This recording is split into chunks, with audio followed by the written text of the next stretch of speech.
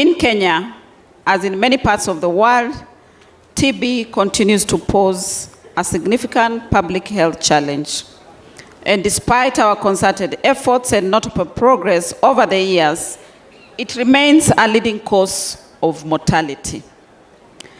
And when, I think it was Evelyn, and she was going through the figures, at times we read through figures and take it to be usual, but it is not. Because there is a caregiver who passed on somewhere. There's a breadwinner of a family who died somewhere. So this, we should not just treat them as statistics. It should be a reminder to ourselves and to everyone here that we have to do something about TB. But I'm happy to note that over the years as a country, we have made progress. We have noted a decline in the cases, and so far, Kenya remains among the high-burden countries, but we are confident that with the processes, the laws, and the systems that we have put in place, we should be able. Poverty. And therefore, because you find quite the common person, the hustler, the poor, they have a higher incidence of TB than those who are up. And therefore, as a county, we must attack poverty, even as we talk about intervening TB as a health issue. So what are the programs that we are doing to attack poverty?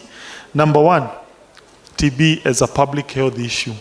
A dirty county has a higher burden. TB continues to pose a significant public health threat, particularly in vulnerable and marginalized communities. Prioritizing early detection, contact tracing, and infection control is crucial to minimizing TB's impact and preventing new cases. The issue of eradicating TB is critical, and as a government, we need to support it. And I wish we can see how we can be able to integrate it with the community health promoters, because these are the people who are interacting with our people daily. Even though they will not be able to carry these kids, they can be able to attest on people whom they find have symptoms of TB.